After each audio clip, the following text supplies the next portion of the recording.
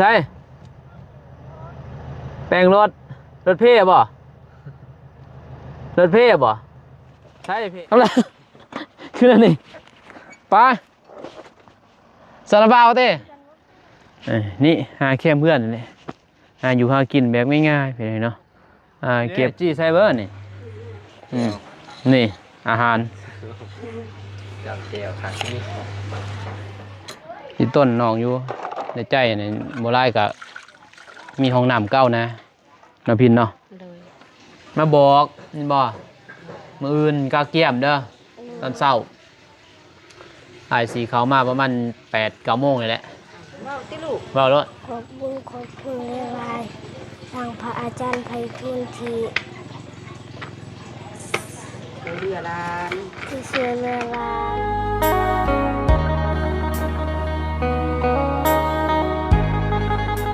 เจตนา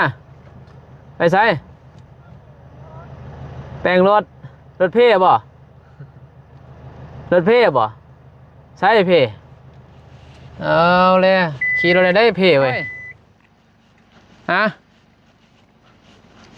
รถเพ่ซ่อนแน่เต้เอาละขึ้นแล้วนี่ไปสารบาวเต้อ้าวไหนว่าเป็นอะไรยกล้อแล้วได้เนี่ย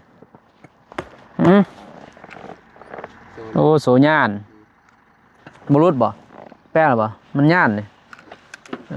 เข่งนิดนึงเลยนี่บุสุดดอกยังอยู่ยังลายอยู่นี่สบายดีปลาลุงไว้สบายดีปลาลุงพี่น้องเอ๋ยเนาะมาแวะหาน้องจันทนาแจ้งข่าวดีมือนั่นแต่มืออื่นมือหื้อแหละสิพาเพิ่นไปบ่ไปบ่เมาบ่รถบ่ยังไงเนาะกราบทักทายสบายดีสวัสดีเด้อพ่อแม่พี่น้องมัดสุขูสุคนกันยินดีต้อนรับเข้าสู่2บ้านนงเป็นยังไงเนาะเขาเจ้าหายังหาหอย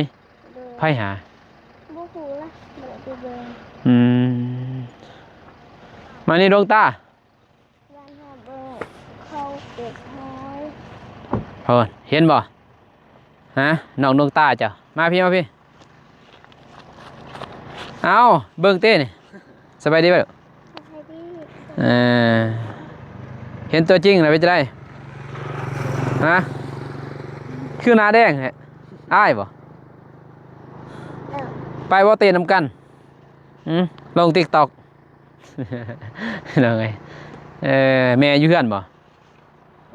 อยู่คือเราบ่อยู่ขี่รถเลาะบ่บ่ย่านโมจับจะไปขายย่านก็ขี่รถเท่านี้เลาะเนี่ยเว้ยบ่ได้เก็บหมักย่างบ่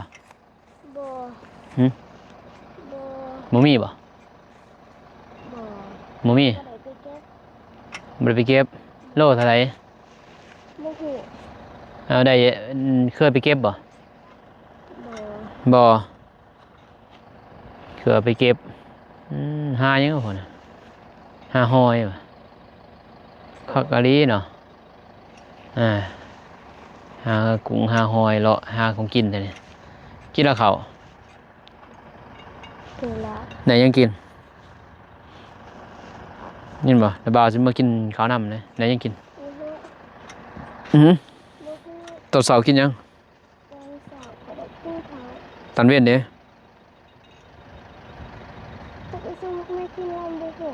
เอาเจ้าก็บริกินอีกเจ้าก็บริกินข้าวเสาร์ก็บริกินข้าวเวียนก็บริกินโอ๊ตบ่นี่เป็นกระเพาะเด้อเว้ยยินบ่กระเพาะลำไส้เฮ็ดจะได้อดข้าวอดน้ำบ่ได้นี่แหละพี่หน่อยเนาะเจอน้องเพิ่นเก็บกระป๋องแรกๆ FC น่าจะจื้อแม่นบ่อยู่ไสแล้วบ่าวมากระเป๋าเตียงอยู่ไสจะเก็บอยู่ไสฮะลืมบนได้จะเก็บวันนี้ป่ะนี่แหละพี่หน่อยเลาะเท่านี้แหละไปเก็บ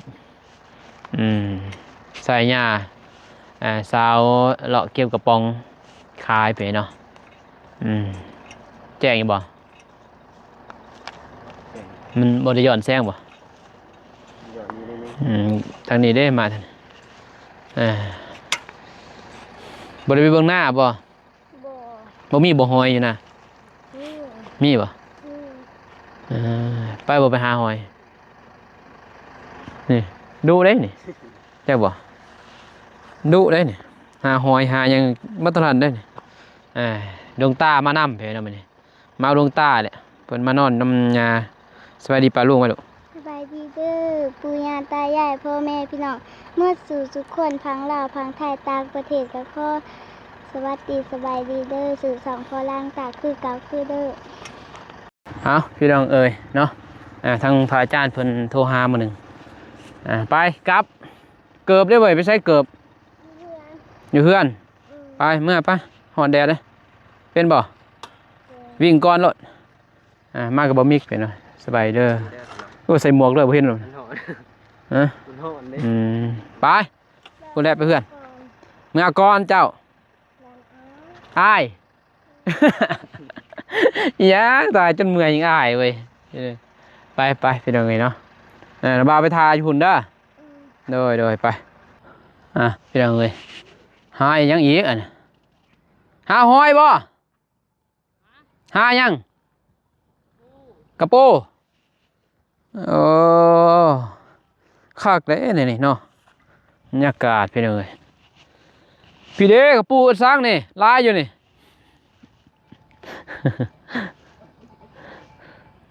ไปหาโซนเป็นยังไงเนาะซุ่มหากินแบบธรรมศาสตร์ไปเนาะเดี๋ยวนี้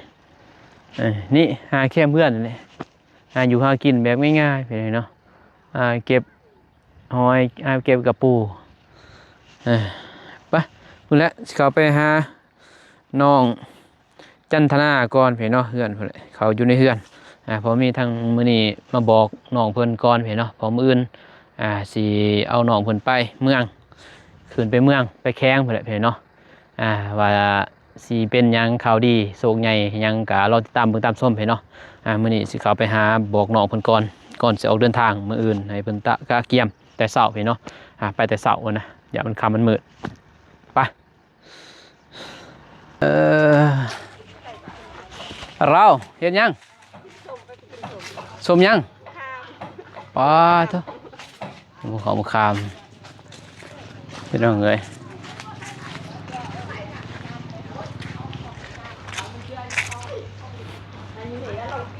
สมข้าม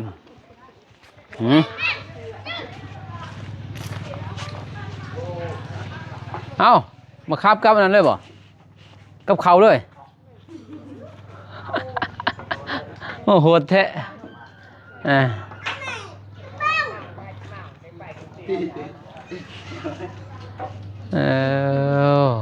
กินมะขามกับ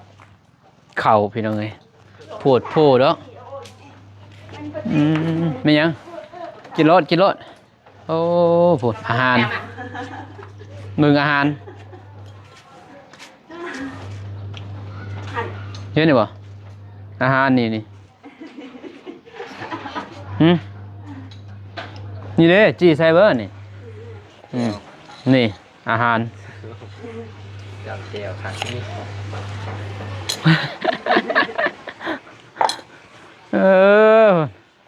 กินข้าวพี่น้องเอ้ย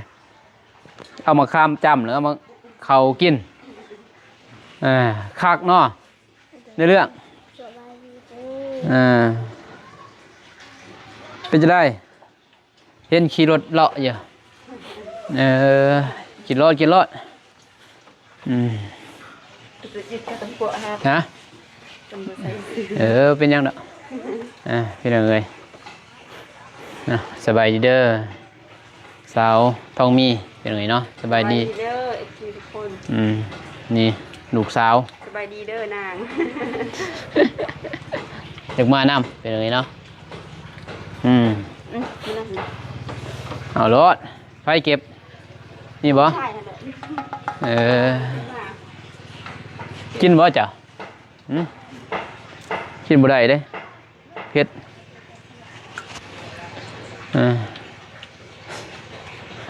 เออ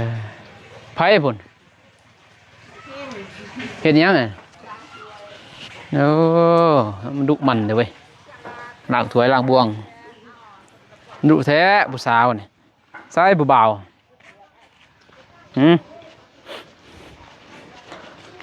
บ่เพิ่นใส่ผู้บ่าวมาล้างถ้วยซอยฮะบ่มี โดยสบายดีโอ้ไปเถื่อนบ่สิเหลวเด้เนาะ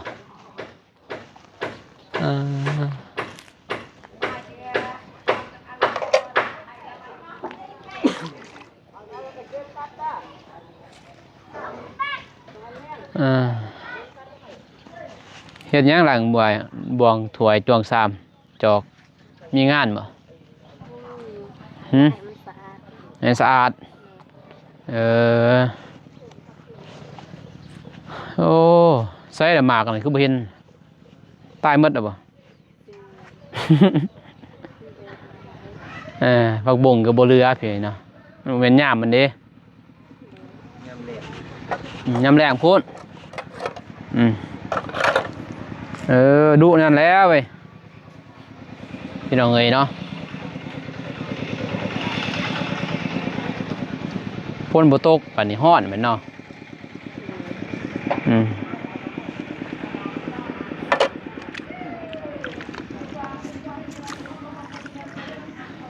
แม่ไปใส่แม่บ่ฮู้บ่ได้ไปหากินบ่เราดุได้ล่ะหากินหาอย่างแม่น้องพินน้ำแห้งอยู่บ่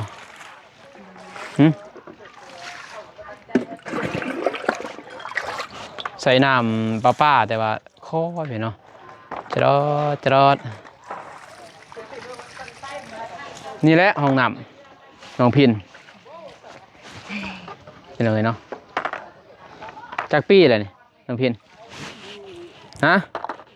ห้องน้ำอยู่ไหนแต่พอยังอยู่บ่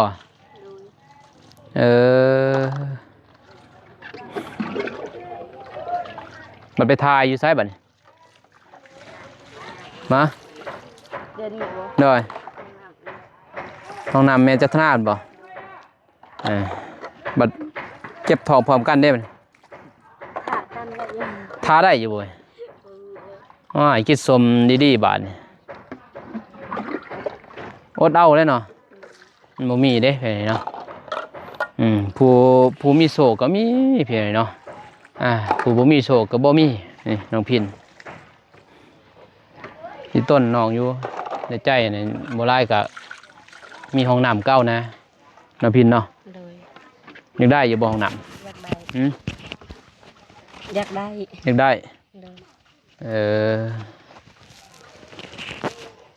นบ่นี่เป็นจะได้คันบ่มีห้องน้ำ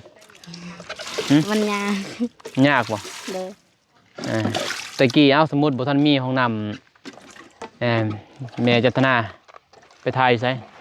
ขอถ่ายห้องน้ำเขาขอถ่ายห้องน้ำเขาเขาบ่เก็บเงินบ่บ่คันเฮาอยากแนวเฮาก็เอาให้คันเฮามีเงินเฮาก็เอาให้คันบ่มีก็คอยจักเอาให้เขาก็บ่ว่าบ่ทางนำเขาบ่ว่าเขาก็อยากว่าแล้วแต่มันว่าบ่ได้แน่นอนมันบ่จะไปถ่ายไสบุเท่านี้แน่นอนกลางคืนนี่แม่นบ่กลางคืนนี่ทางนี้แม่นบ่สมมุติตอนบ่มีห้องน้ำเมทนาแม่นบ่แม่นไปทางนี้เนาะโดยตอนเช้านี่มันมืดมันแจ้งแน่เนี่ยแล่นไปห้องน้ำเขาแม่นบ่โดยพอสิแล่นไปนี่ย่านเด้อย่าบ่เห็นเพิ่นน้องเพิ่นบ่มีห้องน้ำเลยเนาะใส่ห้องน้ำเดียวนี่มันก็ยากแน่เนี่ยคือแม่จัตนาในใจก็อยากเฮ็ดให้น้องเพิ่นอยู่ไปเนาะเพราะน้องเพิ่นนี่เฮือนนี่ก็โอ้ย30แล้วก็ไม่ได้น้อยเลยไปเนาะเบานุ่งก็ลายดีแต่ว่าลายทานเติบไปเนาะลายผู้ใหญ่ผู้ซอยเพิ่นไปอยู่บ้านห่มมันหอด อายมักแบบนี้เด้ แบบมันหอนนี่จักหน่อยสิเห็นใคร บ่เป็นดอกอยากถามนี่ได้นี่บอนสิเฮ็ดห้องน้ำในจ้ะถ้าสมมุติเฮ็ดบ่ได้สิเฮ็ดเอาจะสิเฮ็ด ลังเฮือนเลย อยู่นี่บ่หรือบอนเก่า เดี๋ยวนี้บ่ได้เฮ็ดห้องน้ำซั่น อันนี้ดินจากเพียงใดดินจ้ะ เลย ฮะเพียงใดดินจ้ะ โดยแต่คุปีพวกน้องเสียเบิดนี่ แต่ดินจะเองนะเพียงใด ก็สำหันเลย เพียงนี้ เลย ก็ขุดอยู่นี่เนาะ มันก็ใกล้เพื่อนโพด อยู่ซ้ายพูดบ่ บ่อันนั้นก็ใกล้ มาบนได้อยู่หัน เลย บ่ถึงดินเขาบ่ระว่างนี่เลยมันก็บ่ไกลดอกนี่บ่จันทนานี่จักสิแล่นจังคืนจักรยานได้ไปสำคุดแม่นบ่ซ้ำนี่เลยพอดีตาเฮ็ดแต่งบเฮ็ดห้องน้ำก็บ่หลายดอกเนาะประมาณ10,000เดี๋ยวบ่ผู้บ่10,000 บ่จักล้าน 6-7 ล้านนี่แหละเฮ็ดแบบธรรมดาเด้ห้องน้ำห้องมีแต่ห้องน้ำเด้เด้อ เลย บ่เป็นห้องอาบเด้ ห้องน้ำห้องอาบบ่เดียวเลยนะแต่บ่ห้องเดียวเลยเกินว่า2x2น้องลอยนั่นแหละ2x2อ่ะนะ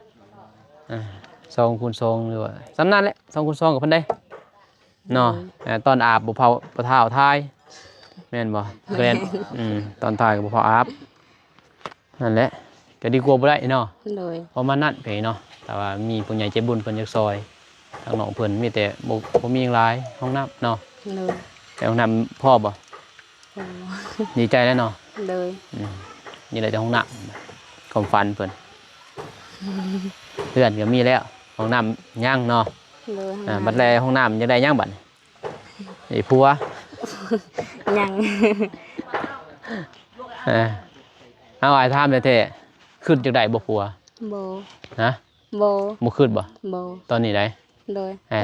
สำคัญที่สุดคืออีหยังตอนนี้เอา แบบว่า อยากมีห้องน้ำ แล้ว อ ก็ ยากหาเงินเฮ็ดห้องน้ำ หาเงินให้ห้องน้ำสมมุติมีห้องน้ำได้เอาแบบชีวิตเฮาเนี่ยเอามีได้ห้องน้ำ ก็ ผัวก็ไปได้นี่เฮ็ดหยังเอา ก็ไปหาเงินก็ยังขาดหลายอย่างอยู่ โอ้โหมีหยังแหน่ข้าวน้ำตำปลา เลย นี่เด้ใส่แล้วบ่ อีหยัง นี่ซีนเด้ใส่แล้วบ่ ยัง ยังหลายอยู่กว่านั้นน่ะเป็นที่สุดก็คือห้องน้ำเลยเนาะ เลย ลูกสาว ฟุกกกอวย เนาะงามบ่ งาม มาน้ำพอเฟเนาะเป็นดึกมาเบิ่งอยากมาเบิ่งเพื่อนจันทนามาเบิ่งเพื่อน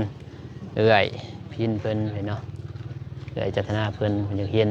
เพิ่นก็เลยมานำขาดเคินมีแต่ห้องน้ำอะไรเฟเนาะน้องพินแต่ว่ามีคนซอยก็ซอยห้องน้ำก็ดีใจแล้วบุคคลยังหลายเลยเพิ่นตัวนี้ก็เพื่อนนี่ก็ซ้ำนี่ก็ถือว่ามันเป็นบุญแล้วแม่นบ่ แม่น ถือว่าเพิ่นว่าซ้ำบ่แม่นน้อยๆเลยเนาะเฮ็ดเพื่อนก็เหมือนหลายเติบกินข้าวเลยบ่ ยัง ได้ยังกินไหม รู้แล้วน้องบ่ได้กินน้องบ่อยาก บ่อยากข้าว เลย ข้าวเช้าเด้ บ่ได้กิน ข้าวเว้นก็บ่กิน บ่ บ่นี่3 โมงนี่เผื่อมีแนวกินดอกอยากกินข้าวนี่ โอ้ย น้องก็ยังบ่กินเด้ บ่มีแนวกินเอื้อยยังถามน้องว่าได้หยังกินน้องก็บอกบ่มีนะ บ่ได้ไปหากินบ่หาเก็บหอเก็บหอย บ่ได้ไปห้าม หาก็ง่ายได้เด้แต่นี่หาเก็บหอเก็บหอยก็บ่อึดหันเห็นเขาหาอยู่มื้อนึงเนาะขี่รถมาก็เห็นอยู่เป็นเขาเก็บหอยกระปูนั่นแหละไปไว้เสื้อแตนบ่ไปพุ่นแหละมาบอกเสื้อแตนเห็นเนาะมาหาแม่จันทนามาบอกเพิ่นยันไม่เพิ่นทามือกาเกียมเป็นยังไงเนาะ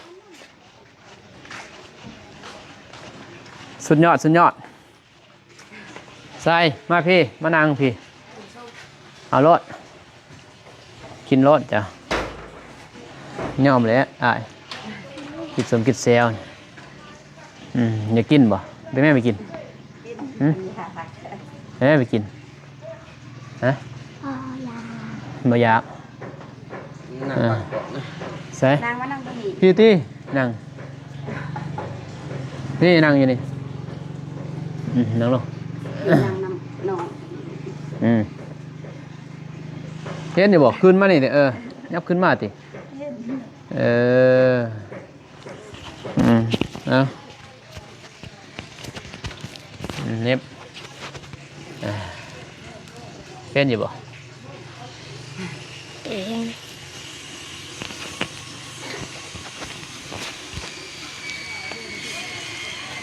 กินข้าวกับแจวมะขามไปเนาะคนกินหาเก็บหอยเด้กินโอ้แซ่บเด้เก็บหอยเก็บนานหมอกหน่อใหม่เด้คงกินเบิดดอกแค่นี้ถ้าดูแน่เพียงเนาะ กะกินแต่หน่อไม้อะไร กินแต่หน่อใหม่เนาะจะเป็นกระเพาะนะกับหอยกินหลาย มีแต่หน่อใหม่กับหอยได้ยามนี่ กระเพาะมันคิดดีนะ โน้เพียดดีนะมาบอกนี่บ่มื้ออื่นกาเกียมเด้อตอนเช้าถ่ายสีเขามาประมาณ8-9 โมงนี่แหละ8-9 โมงกาเกียมสีเขามาเพราะว่าอยู่เมืองบ่มีแต่สีเขาไปแข่งมาฮับจัดครับไปแข่งเลยไปซื้อไปเนาะเพราะว่าเป็นโศกใหญ่แหละแต่ว่าสิเป็นหยังก็เราไปจำเมืองตามส้มไปเนาะไปซื้อให้น้องเพิ่นเพราะว่าทางพระอาจารย์กะโอนเงินมาไปเนาะก็เลยสิเข้าไปเลยเพราะตัวนี้จุดประสงค์ของพระอาจารย์เพิ่นให้เป็นสะพานบุญไปเนาะจัน FC ว่าซอยจนได้เลยเด้เนาะจนได้หมดเลยยังสิซอยนะซอยแต่เฮ็ดเก่าตัวนี้ก็บ่แม่นจุดประสงค์บ่าวนงโอเคเนาะเป็นจุดประสงค์ทางพระอาจารย์เพิ่นเด้อทางก็เป็นตัวแทนไม่ยังหายไก่ย่อมแล้วอย่าไปหายได้ไก่ได้ ให้หยาบกิน ไก่หยาดกินของเพิ่นกะเพิ่นให้บ่าวนงไปกะยินดีเพิ่นเนาะเป็นสะพานบุญให้เพิ่นนั่นแหละเพิ่นจะสดซอยแต่สิเป็นยังกะเราเบิ่งเราส้มเพิ่นเนาะแต่เป็นโศกใหญ่แหละตัวนี้สำหรับครอบครัวน้องเพิ่นนี่เนาะถือว่าได้หมดทุกสิ่งทุกอย่างแล้วบาดแม่นบ่พอน้องเพิ่นสิฮู้แล้วนี่เนาะพอได้เสร็จกับดูคุยนำกันแม่นบ่กับเพิ่นแหละนี่เนาะมีแต่กาเกียมอื่นนั่นแหละใส่สุดงามๆยินบ่ถ้าสติ๊กเนี่ยบ่ถ้ากับแป้งวีพรมดีๆพรมกุดๆรีดก่อนยินบ่เห็นงามๆมักสีใดเลือกสีนั่นนี่เนาะแล้วแต่จะเป็นยังกะเราเบิ่งเราส้มนำกันยังสั้นแล้วเด้อพอสิเข้าไปหาน้องบัววันก่อนอย่างนี้เนาะจากหอดไซแหละจากแหละเราบ่จุกอยู่จะบ่พอไอแดงมากบ่เหมือนนี่บ่เห็นบ่บ่เห็นยังบ่ได้มาพอมันแล้วดิหาเพื่อนอยู่ไส เส้นพระราชได้น้องมากกับมาซักเครื่อง นั่นแหละขอบใจทางพระอาจารย์เพิ่นเด้อนบเด้อขอบใจเด้อ ว้าวติลูก เว้าแล้ว ขอบคุณหลายๆทางพระอาจารย์ไพฑูรย์ที่ เรือลาน เชื่อเรือร้านขอให้สุขภาพร่างกายแข็งแรงความเจ็บบ่ให้ได้ความเห็นให้มีปรารถนาสิ่งใดขอให้ได้สิ่งนั้นสาธุ สาธุเอาเจ้าเว้าเอาเน็บไม้ให้แม่ไว้โอเคเว้าโลดแห้งๆโลด เอาเลย โอเคเอา ขอบพระคุณเด้อทางพระอาจารย์ไพฑูรย์ที่ช่วยเหลือน้องมาตลอดค่ะช่วยเหลือมาตลอดจนหอดเสมอนี่ก็ขอขอบคุณขอบอกขอบใจเด้อความเจ็บจะเสียดายความไก่จะมีปรารถนาสิ่งใดก็ขอให้ได้ตามสิ่งมุ่งมั่นปรารถนาขอให้อายุมันคนยืนสาธุเด้อ สาธุ แล้วก็พร้อมทางบ่าวอานงที่เป็นสะพานบุญมาตลอดก็ขอให้สุขภาพแข็งแรงไปใส่มาใส่ก็ขอให้ตลอดปลอดภัยเฮ็ดหยังสร้างหยังก็ขอให้เกิดให้พ้นตามที่เพิ่นสร้างไว้สาธุ สาธุยังไงเนาะมาบอกก่อนนั่นแหละพออยากน้อยมากมืออื่นบ่เห็นเด้อกาเกียมแต่งงามๆเขามาแข่งได้เคยไปบ่แข่งบ่เคยบ่แข่งสิกล้องเห็นเนาะเขาเมื่อแข่งเหมือนในบ้านเบาโน่งก็บ่เคยเข้าหรอกเข้าไปซื้อรถได้บ่เคยมีแต่อยู่เมืองแต่อยู่เมืองบ่มีแล้วเขาปิดเด้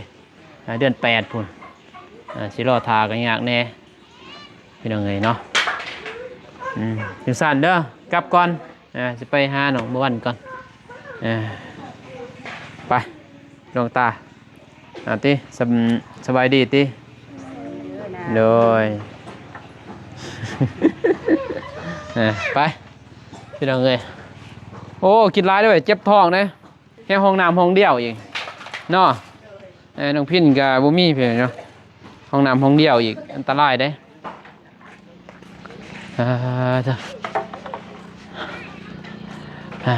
ไปพี่น้องเอ้ยเนาะมาน้องกับสิออกเดินทางก่อนวันนี้พี่น้องเนาะกับก่อนเมื่อกับขอบพระคุณทางพระอาจารย์เด้อเนาะที่ให้ทางบ่าวนุ่งเป็นสะพานบุญครั้งนี้ขอให้พระอาจารย์สุขภาพร่างกายแข็งแรงขอให้เจริญในศีลกินในธรรมเดินทางไปไสมาไสก็ขอให้แข็งตลอดปลอดภัยเด้อพระอาจารย์เด้อสาธุพี่น้องเอ้ยเนาะพอๆกันใหม่คลิปหน้าเด้อเพียงเด้อคลิปนี้ขอกล่าวคำว่าสบายดีพี่น้องเอ้ยไปบ๊ายบาย